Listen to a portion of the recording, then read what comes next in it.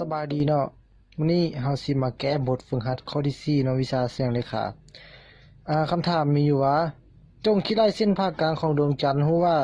เฮาเบิ่งใต้มุมอัลฟาเท่ากับ 0.50 องศา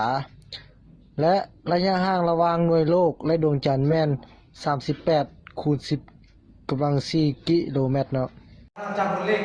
เราสามารถแต่งมุมเป็นแบบนี้เนาะคือจากจุดที่เราเบิ่งอยู่ในโลกนะฮะดวงจันทร์นี่เป็นดวงจันทร์เนาะคือระยะห่างประมาณ38คูณ10กำลัง4กิโลเมตรต่อกิโลเมตรและประกอบเป็นวัดฟ้าเท่ากับ 0.5เอาไปแล้วเอาไปซ่อนหน้าเส้นผ่ากลางของดวงจันทร์ว่าสิเท่าไหร่ตามการดูพันธุ์ของมุมสังเกตเนาะมันมีตั้งอัลฟาเท่ากับข้างกงหน้าเนาะดีส่วนให้กับค่าติดแปะเป็น L เอาถอดถ้าจะได้เด้งบอกเอาถอดดีเท่ากับ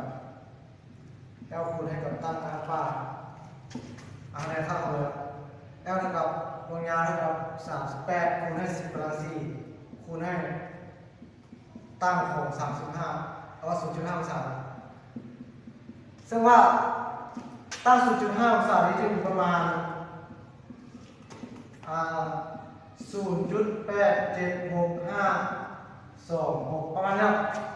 แล้วเราจะได้ตั้งสุด38เราคูณให้10กำลัง4คูณให้กับ 0.878562 ประมาณนี้และคูณกันออกอยู่ประมาณ 0.3316 คูณ10กำลัง4กิโลเมตรเนาะนี่คือเส้นผ่าใจกลางของดวงจันทร์ที่เราต้องการซ่อมหา